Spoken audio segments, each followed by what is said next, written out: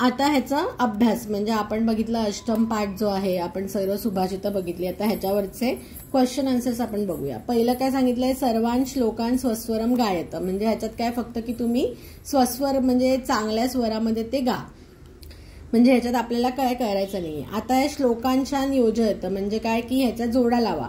मग तस्मात प्रिय ही वक्तव्यम वचने का दरिद्रता, म्हणजे त्या ह्याच्यामध्ये सुभाषितांमध्ये जसं दिलेलं आहे तसं इथे जोडा जुळवायचं, म्हणजे त्याच्यासाठी ती सुभाषितं तुम्हाला माहिती पाहिजे. मग तस्मात प्रिय ही वक्तव्यम वचने का दरिद्रता हे इथे लागेल. गच्छन पिपीलको याती कशी जाते ती योजनानाम शतानी अपी, म्हणजे एकदा का चालू केलं तिने चालायला की ती 100 योजना जाऊ शकते. मग प्रियम वाक्य प्रदानेनं, प्रिय वाक्याने काय होतं, सर्वे तुष्यंती जंतवाहा, इथे ह्याची जोडी लागणार. सर्वे तुष्यंती जंतवाहा म्हणजे गोड बोलण्याने सर्वे लोक खुश होतात. किम भवेत तेन पाठेनं म्हणजे काय, किम भवेत तेन पाठेनं म्हणजे नुसतं पुस्तक वाचल्याने जर तुमचं जीवन सार्थक नाही झालं तर वाचण्याचा काय उपयोग. मग किम भवेत तेन पाठेनं जीवने योन सार्थकः. काकः कृष्ण पीकः कृष्ण को भेदः पीक काक, म्हणजे हे तसे सुभाषित जी आहेत ते तुमची पाठ पाहिजे ती त्यांनी दिलेली, तर आपण त्याला हे जोडा लगेच लावू शकतो. नेक्स्ट काय आहे, जर पाठ नसेल केलं तर ऍटलीस्ट सुभाषितांचा तो अर्थ तरी माहिती पाहिजे. अर्थ माहिती असेल तर तुम्ही लगेच त्याच्या जोड्या लावू शकतात. आता प्रश्नानाम उत्तराणी लिखित. मग सर्वे जंतवाहा केन तुष्यंती, मग आपण आधी पण बघितलेलं आहे, जो जिकडे क्वेश्चन मार्कचा वर्ड असेल तिथे उत्तर फक्त टाकायचं. आता इथे केन आहे, केन म्हणजे की कशाने लोक आनंदी होतात, मग तिथे फक्त आपल्याला आन्सर टाकायचं आणि आन्सरला काय येणार, इथे तृतीय विभक्ती म्हणजे आन्सर पण तृतीय विभक्तीमध्येच येणार. मग आपण बघू इथे काय दिलंय सुभाषितामध्ये, काय आहे, प्रिय वाक्य प्रदानेनं सर्वे तुष्यंती जंतवाहा, म्हणजेच आपल्याला इथे काय लिहायचंय, सर्वे जंतवाहा प्रिय वाक्य प्रदानेनं तुष्यंती.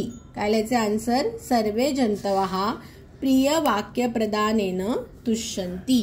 काय येणार, प्रिय वाक्य प्रदानेनं म्हणजे काय, प्रदानेनं म्हणजे प्रिय वाक्य बोलण्याने, म्हणजे काय गोड बोलण्याने. प्रिय वाक्य म्हणजे काय, गोड बोलणं.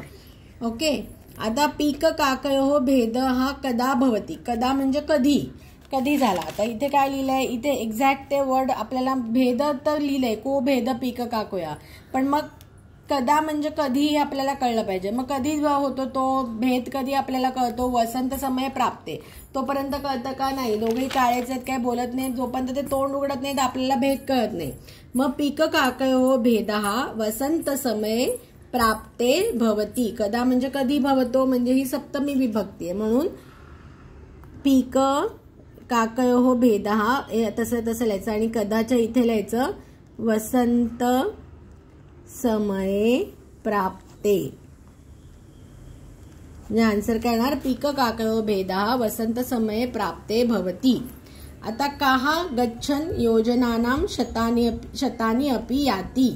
काहा गच्छनम म्हणजे कोण जातं बरं, गच्छनम पिपीलको याती योजनानाम शतानपि म्हणजे कोण जातं तर पिपीलका. मग काहा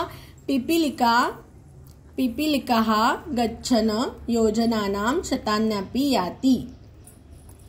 काय येणार, पिपीलिका. ओके, फक्त पिपीलिका. काहा म्हणजे कोण विचारलंय. मग पिपीलिका हा बालिका, काहा एक वचन आहे, सो पिपीलिका गच्छन योजनानाम शतान्यपि याती. पिपीलिका. ओके.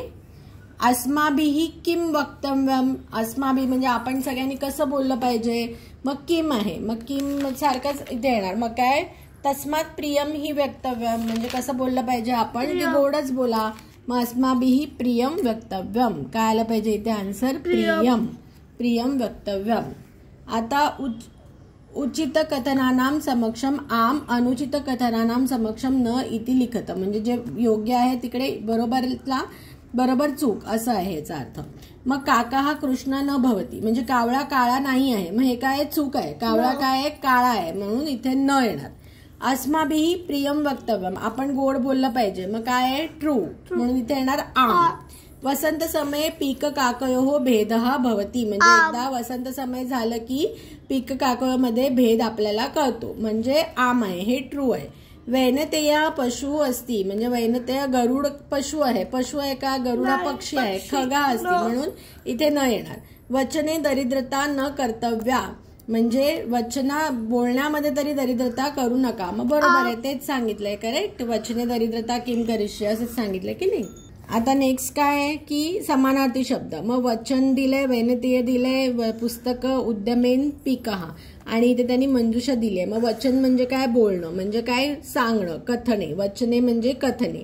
वैनतेय म्हणजे काय वैनतेय म्हणजे गरुडहा मग वैनतेयला येणार समानार्थी गरुडहा.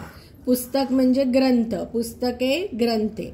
उद्यमेन म्हणजे परिश्रमेण परिश्रम केल्याने उद्यमेन परिश्रमेण आणि पीक म्हणजे कोकिलहा म्हणजे हे समानार्थी शब्द लक्षात ठेवायचे. वचने कथने वैनतेय गरुडः पुस्तके ग्रंथे उद्यमेन परिश्रमेण पीकः कोकिलः. आता इथे विलोम पद पण दिलेले आहेत आपल्याला फक्त जोडायचे आपण ते ऑलरेडी जुळवलेले आहेत. मग सार्थक इथे लगेच सोपं आहे की नाही. थक थक थक दोन्हीकडे आले सार्थक निरर्थक. कृष्ण म्हणजे काळा मग कृष्णाच्या विरोधात काय येणार श्वेत म्हणजे सफेद श्वेत पांढरा. हे थोडं वेगळं आलं तर हे लास्टला करा. हा अनुक्तम उक्तम दोघांमध्ये सेम शब्द आहेत. अनुक्तम उक्तम म्हणजे हेच असणार. गच्छती आगच्छती परत सेम शब्द आलेत. गच्छती आगच्छती गच्छती म्हणजे गेला आगच्छती मध्ये म्हणजे आला. जागृतस्य सुप्तस्य जागृत म्हणजे जागा असलेला सुप्त म्हणजे झोपलेला. हा मग जागृतस्य सुप्तस्य आणि कृष्ण हा श्वेत आहे आपल्याला लक्षात ठेवायला लागेल. बाकी काय सेम शब्द असल्यामुळे बाकीचे जे आहेत ते लगेच येईल. तर अशा प्रकारे ह्याच्यामध्ये जास्त नाही आहेत क्वेश्चन आन्सर पण इथे जे आहेत हे जे शब्द दिलेले आहेत इथे ह्याचा आपल्याला आपण हे शब्दार्थ लक्षात ठेवणं जरुरी आहे. ओके तर मी एकदा मराठीमध्ये पण अर्थ सांगते. उद्यमेन म्हणजे काय मेहनत केल्यामुळे. मनोरथ म्हणजे काय मनाचे मनोरे रचणे किंवा नुसतं काय म्हणतात त्याला मनाचे इमले बांधून काय होत नाही. सिंह म्हणजे सिंह मृग म्हणजे हरण. दरिद्रता म्हणजे काय की कंजूशी कशाला करता. प्रिय वाक्य प्रदानेनं म्हणजे नुसत्या गोड बोलण्याने. तुष्यंती म्हणजे प्रसन्न होणे. मानव म्हणजे मनुष्य. तस्मात म्हणजे त्यामुळे किंवा ह्याच्यासाठी किंवा ह्याच्यामुळे. वक्तव्य म्हणजे बोलणं. वचन म्हणजे बोलण्यामुळे. साधित म्हणजे काय की आपल्या आयुष्यात उपयोग केला त्या गोष्टीचा तर उपयोग आहे त्याचा असं. भवेत म्हणजे काय की असं व्हायला हवं. मग सार्थक म्हणजे काय की जीवनाचं सार्थक होणं असं आपण मराठीत म्हणतो ना की जीवनामध्ये काहीतरी उपयोग होणं. काक म्हणजे कावळा. कृष्ण म्हणजे काळा. पीक म्हणजे कोयल. पीक काकयोह म्हणजे काय पीक काकयोह ही संधी आहे म्हणजे की कोकिळेमध्ये आणि कावळ्यामध्ये. प्राप्ते म्हणजे आले वसंत समय आल्यानंतर. प्राप्ते म्हणजे मिळणं नाही होणार. ओके आपण मराठीत म्हणतो प्राप्त झालं म्हणजे मिळणं नाही. प्राप्ते म्हणजे आल्यानंतर. गच्छन म्हणजे जाणारी मुंगी. पिपलिका म्हणजे काय मुंगी.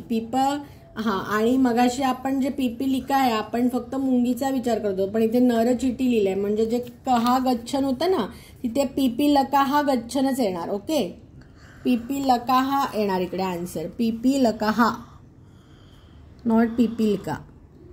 पिपीलकाहा आपण फक्त लेडी मुंगीचा विचार केला पण ते म्हणजे नरचिटी पण असू शकतं म्हणून त्यांनी पिपीलकाहा म्हटलंय. ओके याती म्हणजे जाणारा. योजनानाम म्हणजे योजन हे डिस्टन्स होतं पहिल्याच्या ह्याच्यामध्ये. शतानी म्हणजे 100. आगच्छन म्हणजे न जाणारा एका जागी उभा आहे जो स्थिर आहे. वैनतेय म्हणजे गरुड. तर हे शब्दार्थ येणं जरुरी आहे. Okay thank you. जर तुम्हाला आमचे व्हिडिओ आवडत असतील आणि तुमच्या ज्ञानात काही अर्थपूर्ण भर पडत असेल तर आमच्या व्हिडिओला लाईक सबस्क्राईब आणि शेअर करा. आणि तुम्हाला अजून काय माहिती हवी आहे कुठला व्हिडिओज बनवायचे आहेत क्लास 6चे ते तुम्ही आम्हाला सांगा आम्ही तसे बनवू. थँक्यू.